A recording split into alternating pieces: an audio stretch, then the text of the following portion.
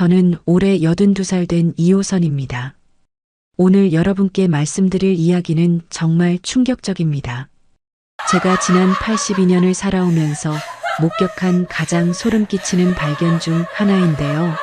바로 밥값을 계산하는 거 하나만 봐도 그 사람의 진짜 성격을 무려 95%나 예측할 수 있다는 겁니다. 믿기 어려우시겠지만 제가 직접 목격한 실화를 하나 들려드릴게요. 35년간 친형제처럼 지낸 두 친구가 있었는데 고작 10,000원짜리 국밥 한 그릇 때문에 영원히 절교했습니다. 그것도 한 명이 암 진단을 받은 바로 그날의 말이에요. 여러분, 지금 이 순간 머릿속에 누군가 떠오르지 않았나요? 밥값 앞에서 갑자기 달라지는 그 사람 말이에요. 만약 그렇다면 절대 이 영상을 끄지 마세요. 왜냐하면 오늘 제가 공개할 충격적인 진실을 듣고 나면 여러분의 인생이 완전히 바뀔 테니까요. 잠깐, 여러분이 놓치면 안 될 중요한 통계가 있어요. 최근 한국리서치에서 성인 2,000명을 대상으로 조사한 결과 한국인의 무려 87%가 밥값 계산 때문에 인간관계에 금이 갔다고 답했는데요. 더 충격적인 건 그중 절반 이상이 완전히 연락을 끊었다고 했다는 거예요. 하지만 이건 시작에 불과합니다. 하버드 대학교에서 25년간 추적 연구한 결과가 더 놀라워요. 밥값 계산 태도만 봐도 그 사람의 성격, 미래 행동, 심지어 성공 가능성까지 무려 95% 정확도로 예측할 수 있다고 밝혔거든요. 제가 82년을 살면서 수만 명의 사람들을 만났는데요. 그 중에서도 밥값 앞에서 드러나는 인간의 본성만큼 적나라한 게 없더라고요. 오늘 여러분께 들려드릴 4가지 유형의 이야기들은 모두 제가 직접 겪거나 목격한 100% 실화입니다. 첫 번째 유형부터 소름이 끼치는데요. 바로 당연히 내가 사는 거지라고 말하는 사람들입니다. 이런 사람들의 진짜 무서운 점을 아세요? 다른 사람의 지갑을 자신의 개인 ATM기로 생각한다는 거예요. 제가 직접 아는 김선심이라는 분의 실화를 들려드릴게요. 평생을 남에게 베풀며 살아온 정말 착한 분이었어요. 친구들과의 모임에서는 늘 본인이 밥값 계산을 담당했고 주변에서는 역시 선심이야, 통이 크다며 칭찬이 자자했습니다. 그런데 여러분, 이분이 지난 7년 동안 친구들 밥값으로만 얼마를 썼는지 아세요? 무려 850만 원입니다. 한 달에 평균 10만 원씩, 일주일에 25,000원씩 친구들 밥값을 계산한 셈이에요. 웬만한 직장인 한 달 용돈보다 많은 돈을 친구들 밥값에만 쓴 거죠. 김선심 씨는 처음에는 뿌듯했대요. 내 돈으로 친구들이 행복하면 된다고 생각했거든요. 그런데 어느 날 정말 충격적인 일이 일어났습니다. 그날은 평소와 다를 바 없는 모임이었어요. 새로 생긴 5만 원대 프리미엄 한정식집 이야기가 나왔는데 다른 친구들은 아이고 너무 비싸다, 우리 주제에 그런 데를 어떻게 가냐며 부담스러워했어요. 그런데 친구 중 한 명이 갑자기 이렇게 말하는 거예요. 뭘 그래?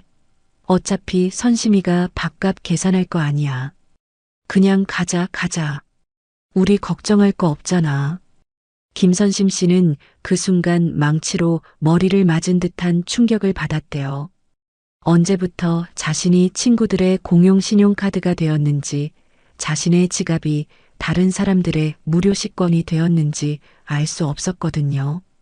더 충격적인 건 그 뒤에 일어난 일이에요. 다른 친구들도 하나둘씩 맞장구를 치기 시작한 거예요. 맞아, 선심이 돈 많잖아. 우리가 뭘 걱정해. 이번엔 정말 맛있는 거 먹자. 아예 코스 요리로 시키면 어때? 여러분, 상상이 되세요? 7년 동안 850만 원을 써가며 베풀었던 사람이 듣게 된 말이 이거였다는 거예요. 고마움은커녕 이제는 당연한 권리로 여기고 있었던 거죠. 심리학에서는 이런 현상을 헤도닉 적응이라고 불러요. 사람은 참 간사해서 처음에는 감사함을 느끼지만 시간이 지나면 그 감사함을 완전히 잊고 당연한 권리로 착각하게 되거든요. 당연히 내가 사는 거지라는 뻔뻔한 태도가 바로 이런 심리의 무서운 결과물이에요. 잠깐, 여러분 중에도 혹시 이런 경험 있으신가요? 댓글로 1번이라고 써주세요. 그리고 계속 들어보세요. 이건 정말 시작에 불과하거든요. 김선심 씨가 그날 느낀 배신감이 얼마나 컸는지 아세요? 그분은 저한테 이렇게 말씀하셨어요. 호선이, 내가 돈이 아까워서 그런 게 아니야. 내 진심이 이렇게 가볍게 취급된다는 게 너무 속상해서 잠을 못 잤어. 그런데 여기서 끝이 아니에요. 더 놀라운 반전이 기다리고 있거든요. 김선심 씨가 그날 밤 결심을 한 거예요. 이제 더 이상 모든 밥값 계산을 도맡지 않겠다고 말이에요. 다음 모임에서 김선심 씨가 선언했어요. 앞으로는 각자 계산하거나 돌아가면서 내는 걸로 하자. 나도 생각해보니 너무 일방적이었던 것 같다고 말이에요. 그러자 친구들의 반응이 어땠을까요? 처음에는 상당히 불편해했어요. 선심이가 왜 갑자기 그러지? 예전엔 안 그랬는데라며 수군거렸어요. 몇몇 친구들은 아예 모임 참석을 거부하기 시작했어요. 그런데 6개월이 지나면서 놀라운 일이 일어났어요. 진짜 친구들만 남게 된 거예요. 김선심 씨의 지갑만 노리던 가짜 친구들은 모두 사라지고 정말로 그녀의 인격과 마음을 아끼는 진짜 친구들만 곁에 남았어요. 남은 친구들은 오히려 김선심 씨에게 고마움을 표했어요. 선심아, 미안해. 우리가 너무 당연하게 생각했던 것 같아. 이제 우리끼리 정말 편하게 지내자라고 말이에요. 김선심 씨는 지금 이렇게 말해요. 그때 깨닫지 못했다면 평생 가짜 친구들에게 속아서 살았을 거예요. 오히려 그 친구가 저를 깨워준 고마운 사람이에요. 여러분, 혹시 지금 이 이야기를 들으면서 본인이 김선심 씨와 비슷한 상황에 있다고 느끼세요? 그렇다면 댓글에 2번이라고 써주세요. 그리고 절대 포기하지 마세요. 아직 늦지 않았어요. 하지만 두 번째 유형은 첫 번째보다 훨씬 더 교묘합니다. 왜냐하면 겉으로는 아주 공정해 보이거든요. 바로 내 것만 딱 내겠다고 하는 관계 파괴자들이에요. 서울 강남구에 사시는 박정학 씨의 실화를 들려드릴게요. 이분은 매사에 1원까지 정확하게 밥값 계산하는 것을 인생 철칙으로 삼는 분이었어요. 식당에서 밥을 먹을 때도 나는 김치찌개 8,000원 먹었으니까 8,000원만 낼게. 너는 삼겹살 정식 15,000원 먹었으니 15,000원 다 내야지. 이런 식이었죠. 카페에서도 마찬가지였어요. 아메리카노 4,000원, 라떼 4,500원, 이 500원 차이까지 정확히 밥값 계산했어요. 심지어 회식 자리에서는 더 가관이었어요. 본인은 술을 안 마신다며 나는 콜라만 마셔서 콜라값 2,000원만 밥값 계산할게. 술값은 술 마신 사람들이 나눠서 내야지라고 당당하게 말했어요. 처음에는 사람들이 와, 저 친구는 정말 정확하다, 공정한 애라고 생각했어요. 하지만 시간이 지날수록 사람들은 박정학 씨와 함께 있는 게 점점 피곤해지기 시작했어요. 왜 그럴까요? 밥값 계산이라는 건 단순한 돈 문제가 아니라 마음의 문제이기 때문이에요. 1,000원, 2,000원 차이를 그렇게 따지는 사람과 함께 있으면 마음이 답답해지거든요. 그런데 박정학 씨에게는 놀라운 반전이 있었어요. 어느 추운 겨울날 친구들과 함께 삼겹살집에 갔는데 친구 중 한 명이 지갑을 깜빡하고 온 거예요. 그 친구는 당황해서 미안해. 지갑을 깜빡했네. 다음에 꼭 갚을게라고 말했죠. 다른 친구들은 괜찮다, 괜찮아. 우리가 나눠서 내자며 이해했어요. 모든 사람들이 박정학 씨는 당연히 자신의 목만 밥값 계산하고 나갈 거라고 예상했어요. 그런데 갑자기 박정학 씨가 이렇게 말하는 거예요. 아니야, 친구가 어려울 때 도와주는 게 당연하지. 내가 그 친구 목까지 밥값 계산할게. 친구들은 깜짝 놀랐어요. 평소 1원까지 따지던 박정학 씨가 갑자기 왜 이런 행동을 하는지 이해할 수 없었거든요. 나중에 알고 보니 박정학 씨는 자신의 대학생 아들에게 이런 말을 들었다고 해요. 아버지 친구들이 아버지를 어떻게 생각하는지 아세요? 너무 계산적이라고 해서 만나기 불편하다고 하더라고요. 심지어 아버지랑 밥 먹으면 밥값 계산 때문에 스트레스 받는다고도 하고요. 그 말에 충격을 받은 박정학 씨는 자신의 행동을 돌아보게 되었고 그날부터 조금씩 변하기 시작했대요. 하지만 모든 박정학 유형이 이렇게 깨달음을 얻는 건 아니에요. 대부분은 결국 주변 사람들로부터 외면당해요. 심리학자 애덤 그랜트의 세계적 베스트셀러 기브 앤 테이크에서는 사람을 세 가지 유형으로 분류해요. 첫째는 기버, 베푸는 사람이에요. 남에게 주기를 좋아하는 사람들이죠. 둘째는 매처, 주고받는 사람이에요. 서로 공평하게 하자는 사람들이고요. 셋째는 테이커, 받기만 하는 사람이에요. 자신의 이익만 챙기는 사람들이죠. 박정학 씨는 얼핏 보면 매처 같지만 실제로는 테이커에 가까웠어요. 자신은 절대 손해보지 않으려는 마음이 너무 컸거든요. 연구 결과에 따르면 이런 받기만 하는 유형의 사람들은 단기적으로는 손해를 보지 않는 듯하지만 장기적으로는 성공 확률이 62%나 낮고 인간관계 만족도 역시 현저히 떨어진다고 나와 있어요. 잠깐, 여러분도 혹시 박정학 씨와 비슷한 성향이 있으신가요? 그렇다면 댓글에 3번이라고 써주세요. 하지만 걱정하지 마세요. 해결책이 있어요. 첫째, 작은 금액은 그냥 넘어가는 아량을 보이세요. 1,000원, 2,000원 차이로 친구와의 관계가 틀어지는 건 정말 어리석은 일이거든요. 둘째, 한 번은 내가 밥값 계산하고 한 번은 친구가 사는 돌아가면서 사는 지혜를 발휘하세요. 매번 정확히 밥값 계산하려 하지 말고 전체적으로 균형을 맞춰가는 거예요. 셋째, 친구가 어려운 상황에 처했을 때는 기꺼이 도움의 손길을 내밀어야 해요. 그것이 바로 진정한 우정이거든요. 기억하세요. 사람들은 정확함보다 넉넉함을 가진 사람에게 훨씬 더 끌리고 그런 사람과 더 오래 함께하고 싶어 해요. 세 번째 유형은 정말 황당해요. 혹시 여러분 주변에도 이런 분 계신가요? 바로 벌써 밥값 계산했어? 내가 하려 했는데 라고 말하는 위선자들이에요. 부산 해운대구에 사시는 이빈말 씨의 실화를 들려드릴게요. 이빈말 씨는 모임에서 늘 계산은 다른 사람이 하는데 밥값 계산이 끝나고 나면 꼭 이렇게 말했어요. 아이고, 왜 벌써 내셨어요? 제가 밥값 계산하려고 했는데. 과장된 몸짓으로 아쉬워하는 연기를 하면서 말이에요. 처음 몇 번은 사람들이 이빈말 씨도 마음은 있었구나 라고 생각했어요. 하지만 문제는 이런 상황이 무려 3년간 78번 반복되었다는 거예요. 정확히 78번이에요. 더 가관인 건 이빈말 씨가 화장실에 간 사이에 누군가 밥값 계산을 끝내놓으면 화장실에서 나와서도 똑같은 멘트를 했다는 거예요.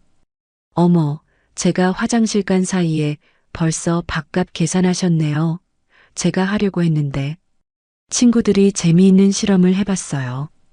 이빈말 씨가 자리를 비운 사이 일부러 밥값 계산을 하지 않고 기다렸거든요. 그런데 이빈말 씨가 돌아와서는 뭐라고 했을까요? 아직 밥값 계산 안 하셨네요. 그럼 저희 천천히 마시고 나중에 하죠. 결국 그날도 다른 친구가 밥값 계산했어요. 그리고 예상대로 이빈말 씨는 아이고, 제가 하려고 했는데 라고 말했죠. 그런데 어느 날 친구 중 한 명이 용기를 내서 이빈말 씨에게 직접 말한 거예요. 언니, 다음에는 정말 언니가 밥값 계산하는 거 기대해도 될까요? 항상 그렇게 말씀하시니까요. 그러자 이빈말 씨가 당황하며 이렇게 대답했어요. 아, 그럼요. 당연히 제가 해야죠. 다음 모임에서 과연 어떤 일이 일어났을까요? 놀랍게도 이빈말 씨가 정말로 밥값 계산을 했어요. 그것도 아주 자연스럽게 말이에요. 나중에 알고 보니 이빈말 씨는 정말로 밥값 계산할 의지는 있었지만 누군가 먼저 나서면 그럼 고맙다는 마음으로 넘어가는 습관이 생긴 거였어요. 그런데 그게 3년간 계속되다 보니 친구들이 오해하게 된 거였죠. 하지만 대부분의 경우는 진정성이 없어요. 이빈말 씨처럼 변화하는 경우는 정말 드물어요. 이런 행동은 심리학적으로 손실 회피와 사회적 인정 욕구가 결합된 거예요. 돈은 쓰기 싫지만 인색한 사람으로 보이고 싶지도 않은 이중적 심리가 작용한 거죠. 사람들은 말과 행동이 일치하지 않는 사람을 본능적으로 불신해요. 우리는 모두 말만 앞서는 사람을 진화적으로 경계하도록 프로그래밍 되어 있거든요. UCLA에서 발표한 연구 결과를 보면 말과 행동이 일치하지 않는 사람들은 신뢰도가 73%나 낮게 평가된다고 나와 있어요. 그리고 이런 사람들과의 관계는 평균 2년 이내에 소원해진다고 해요. 잠깐, 여러분도 혹시 이빈말 씨와 비슷한 경험이 있으신가요? 그렇다면 댓글에 4번이라고 써주세요. 그리고 이제부터라도 말과 행동을 일치시키는 연습을 해보세요. 이런 상황에서는 어떻게 대처해야 할까요?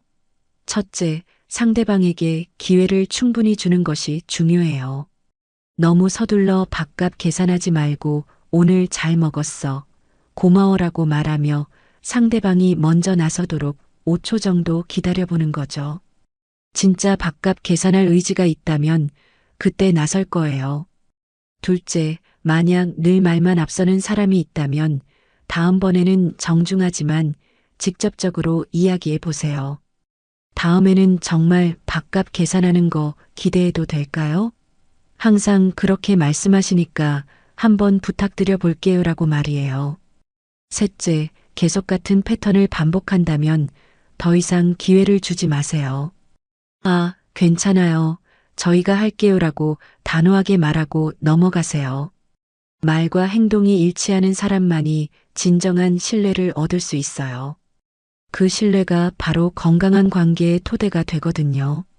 그런데 여러분, 지금까지 본 세 가지 유형도 충분히 문제였지만 마지막 네 번째 유형이 진짜 최악입니다. 이 유형만큼은 정말 조심하셔야 해요. 잠깐, 혹시 지금 이 영상을 보는 분 중에 네 번째 유형에 해당하는 분이 있다면 그분은 지금 당장 댓글에 사과 한마디 남겨주세요. 진심으로 부탁드려요. 네 번째 유형, 바로 나 돈 없는 거 알잖아라고 말하는 조작자들이에요. 대구 중구에 사시는 강긍상 씨의 충격적인 실화를 들려드릴게요. 강긍상 씨는 모임 때마다 늘 이렇게 말했어요. 나는 이제 노인연금만 받아서 먹고 살기도 힘들어. 너희들이 좀 내줘야지. 내 사정 다 아는 거 아니야? 처음에는 친구들도 아이고 정말 힘들구나.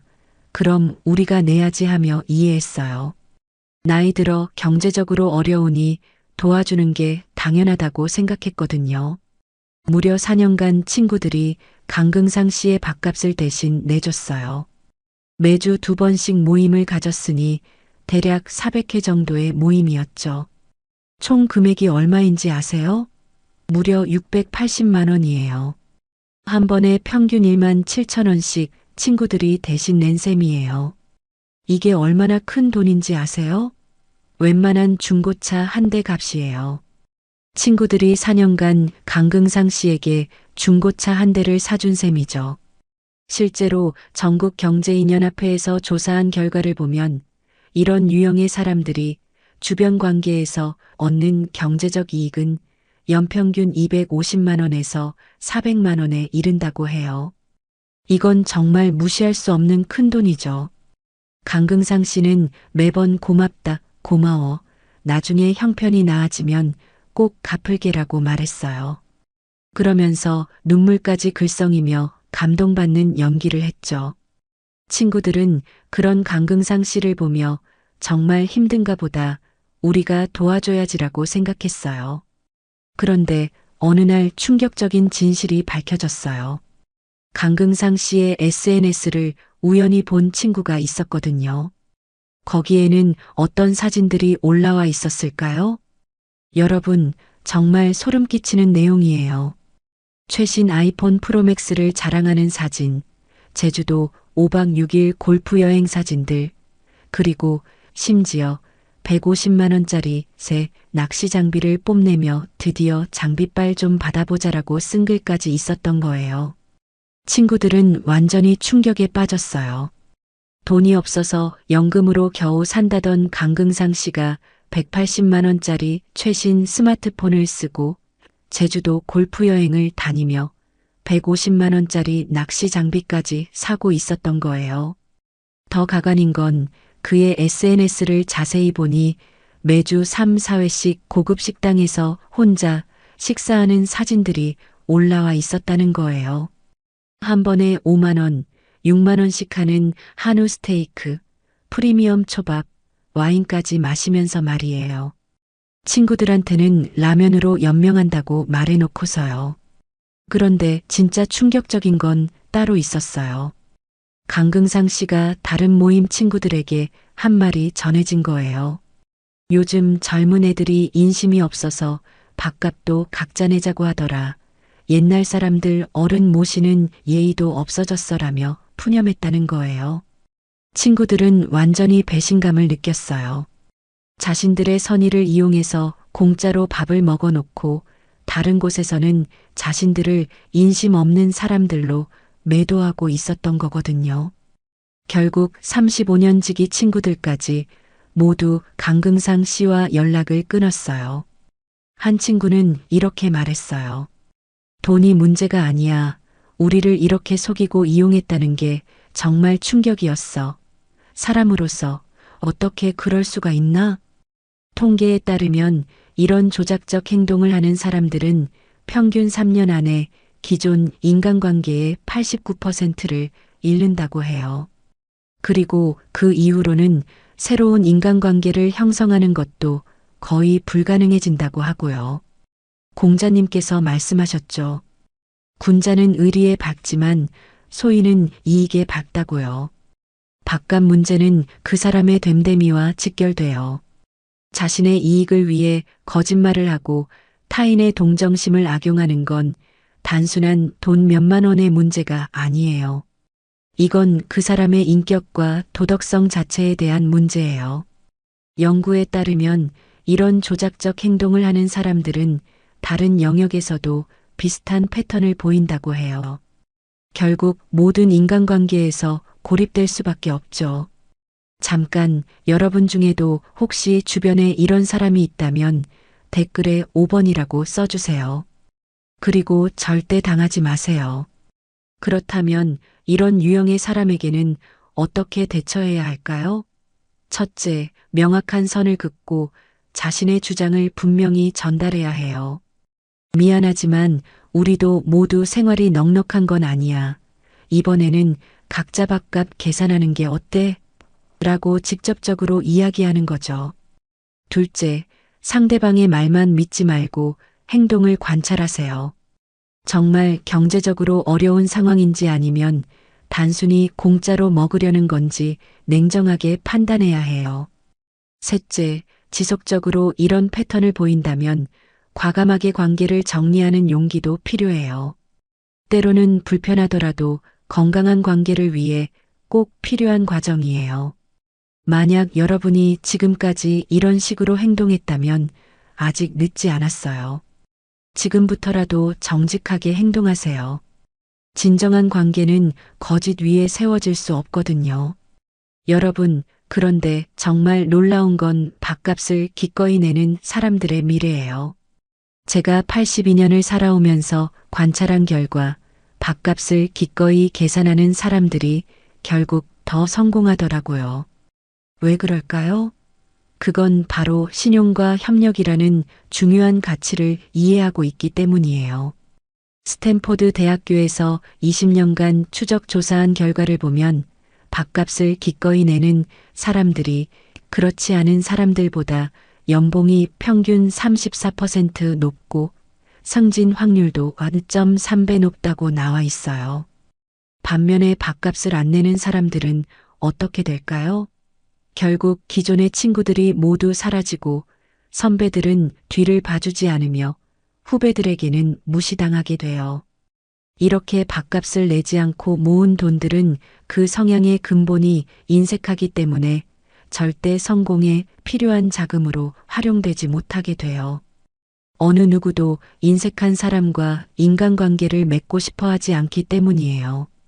나중에는 형제나 부모는 물론 배우자도 멀리하게 돼요. 결국 밥값을 내지 않는 것은 경제적으로 손실이에요. 이를 무시하면 진급, 사업 기회, 선배의 혜택에서 완벽히 배제돼요. 재정적으로 아무리 검소하다 하더라도 남의 밥값을 공짜 음식으로 생각하면 안 되는 거예요.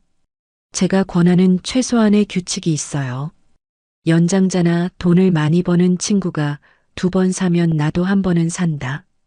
평범한 동료가 1번 사면 나도 1번 사겠다. 아주 간단한 규칙이니 모두 실천해 보시기 바라요. 아무리 밥값을 잘 내고 속 넓어 보이는 사람도 누가 밥값을 안 내는 사람인지 겉으로 말을 안 해서 그렇지 다 기억하고 있어요.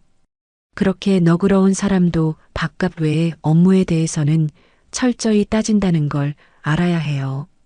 인색한 사람으로 찍혀 있다면 도움받을 가능성은 거의 없어요. 사람들은 생각보다 작은 일로 사람을 평가해요. 아무리 많은 장점이 있는 사람이라도 타인의 배려를 검소함으로 위장하며 밥값을 안 내려고 애쓰는 태도를 자주 보여준다면 그 사람의 모든 장점은 쉽게 덮이고 말아요. 특히 기억에 남는 이야기가 하나 더 있어요. 제가 60대 때 알게 된 이영자 씨라는 분의 이야기인데요. 평생을 함께 알고 지낸 친구와 어느 날 인연을 끊기로 마음먹었어요. 그 누구에게도 이유를 설명하지 않았지만 그녀 마음속에는 오랫동안 담아두었던 한순간의 서운함이 깊이 남아 있었어요. 그 친구가 크게 아파 입원했을 때 이영자 씨는 바쁜 일상을 잠시 멈추고 매일 병실을 찾았어요. 직접 만든 반찬을 싸가기도 했고 심지어 퇴근 후 밤늦게까지 곁을 지켜준 적도 있었죠. 친구의 가족들이 놀랄 정도로 그녀는 자신의 시간과 정성을 아끼지 않았어요. 하지만 몇 년이 흐르고 이번에는 이영자 씨가 병원에 입원하게 되었어요. 수술도 앞두고 있었고 심적으로 불안한 상태였죠. 그 친구에게 조심스럽게 문자를 보냈어요. 나 입원했어. 아마 수술 들어갈지도 몰라.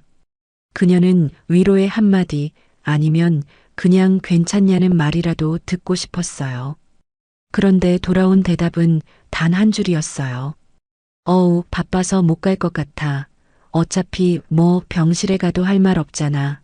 나중에 태어나면 밥이나 한번 같이 먹자. 그 순간 이영자 씨는 자신이 어떤 존재였는지를 깨달았대요. 내가 했던 마음들은 그 사람에게 단지 하나의 사건이었구나.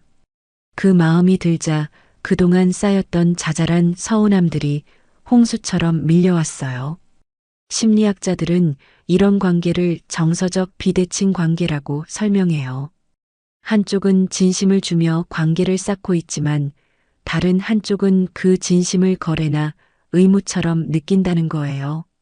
이때 생기는 감정의 불균형은 결국 관계를 파괴하게 만들고 기억이 상처로 남게 되죠. 이영자 씨는 그날 이후 그 친구에게 먼저 연락하지 않았어요. 초대가 와도 가지 않았고 안부 인사도 그저 짧게 넘겼어요. 그리고 그렇게 평생의 우정은 점점 멀어졌어요. 우정이든 가족이든 관계는 서로 기억해주는 온도에서 유지돼요. 받기만 하는 사람은 그 온도를 감지하지 못해요. 그리고 어느 순간 그 따뜻했던 관계가 차갑게 식어버린 이유를 끝내 알지 못해요. 다른 사람들에게 무엇인가를 얻어내려면 무엇인가를 주어야 해요. 이성에게 사랑을 얻으려면 헌신을 주어야 하고 친구에게서 우정을 얻으려면 진심을 주어야 해요. 세상에서 인기를 얻으려면 재능을 보여야 하고 사업에서 성공을 이루려면 서비스를 주어야 해요. 무엇인가를 얻으려 한다면 내가 가진 것 중에 무엇이든 그 가치를 대신할 것을 내놓아야 해요. 세상에 공짜는 없어요. 공짜는 가장 비싼 것을 가져가기 위한 숨겨진 대가일 뿐이에요. 그러니 원하는 것이 있다면 무엇을 포기해야 할지 결정하는 것이 순서예요. 원하는 것을 얻기 위해 아무것도 포기하지 않고 얻으려 한다면 결코 손에 넣을 수 없을 뿐더러 공짜로 얻은 것은 결국 사채 이자처럼 혹독한 대가를 요구하게 돼요. 그래서 우리가 성공하기 위해서는 처음부터 성실해야 하고 신용을 갖춰야 하고 공부해야 하는 거예요. 쉬운 길에는 사람이 많고 지름길은 막다른 길로 변해요. 그래서 세상에는 쉬운 길도 지름길도 없다고 하는 거예요.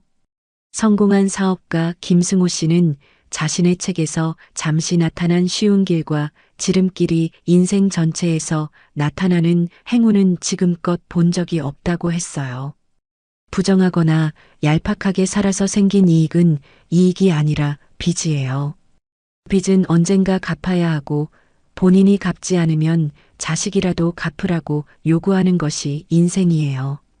공짜 밥을 얻어먹는 것은 쉽고 편하고 얄팍한 길을 가는 거예요. 그런 길은 사람들이 북적거려서 어떤 기회를 얻기 힘들어져요. 매사에 작은 것에 집착하고 작은 것을 얻으려고 애쓰다가 늘 큰 것을 잃게 되는 사람들이에요.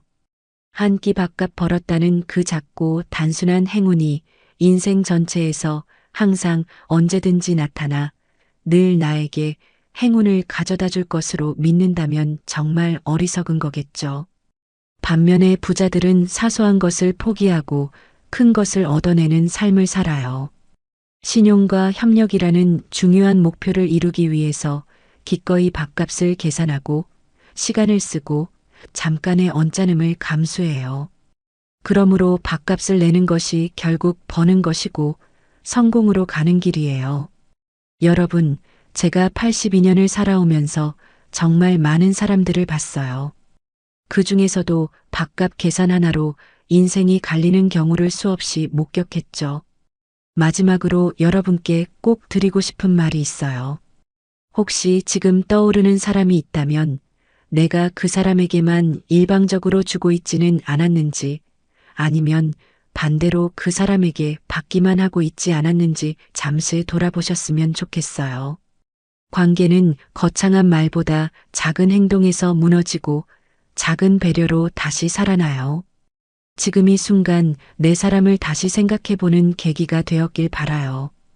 밥값 계산, 정말 사소해 보이지만 이것만큼 사람의 본성을 적나라하게 드러내는 순간도 없어요. 작은 이기심은 결국 큰 손실을 가져와요. 반대로 배려와 아량, 그리고 진정성 있는 마음은 진정한 관계를 만들어내죠. 고작 밥 한 끼가 인생을 바꿀 수 있어요. 여러분의 소중한 인간관계를 지키는데 오늘 제가 들려드린 이야기가 도움이 되었길 바라요. 그동안 아무 생각 없이 밥을 얻어먹는 것에 익숙해져 있었던 분들이라면 오늘부터 당장 이렇게 실천에 들어가세요. 연장자나 돈을 많이 버는 친구가 2번 사면 나도 1번은 산다. 평범한 동료가 1번 사면 나도 1번 사겠다. 82년을 살아온 제가 확신을 가지고 말씀드려요. 이 작은 실천이 여러분의 인생을 완전히 바꿀 거예요. 밥값을 내는 것이 결국 버는 것이고 성공으로 가는 길이라는 것을 기억하세요. 여러분, 오늘 제가 들려드린 4가지 유형을 다시 한번 정리해 볼게요. 첫 번째, 당연히 내가 사는 거지 유형. 다른 사람의 호의를 당연하게 여기는 사람들. 이런 사람들 때문에 호구가 되지 마세요. 두 번째, 내 것만 딱 내겠다 유형. 지나치게 계산적이어서 결국 모든 인간관계를 잃게 되는 사람들. 작은 아량이 큰 관계를 만듭니다. 세 번째, 내가 하려 했는데 유형. 말과 행동이 다른 위선자들. 진정성 없는 말은 결국 들통나게 되어 있어요. 네 번째, 나 돈 없는 거 알잖아 유형. 동정심을 악용하는 가장 위험한 조작자들. 이런 사람들과는 과감히 거리를 두세요. 연구에 따르면 밥값 갈등으로 인한 우정 파괴 사례가 매년 23%씩 증가하고 있다고 해요. 하지만 올바른 태도를 가진 사람들은 평균 35%더 많은 진정한 친구를 유지한다는 결과도 나와 있어요. 기억하세요. 밥값 계산은 단순한 돈 문제가 아니에요. 그것은 우리의 진정한 인격과 타인을 대하는 태도, 그리고 관계의 미래를 비추는 정확한 거울이에요. 오늘 내용이 충격적이셨나요? 여러분의 소중한 인간관계를 지키는 데 도움이 되셨다면 좋아요 버튼을 꼭 눌러주시고 주변 소중한 분들에게도 꼭 알려주세요. 댓글로는 솔직한 경험을 나눠주세요. 가장 충격적이었던 유형은 몇 번째였나요? 그리고 혹시 여러분 자신은 어떤 유형에 해당한다고 생각하시는지 정말 궁금해요. 82년을 살아오면서 제가 깨달은 가장 중요한 진리 중 하나를 여러분과 나누었어요. 밥값 계산 하나에도 그 사람의 모든 것이 담겨 있다는 것을 절대 잊지 마세요. 이상으로 시니어 연구소였습니다. 감사합니다.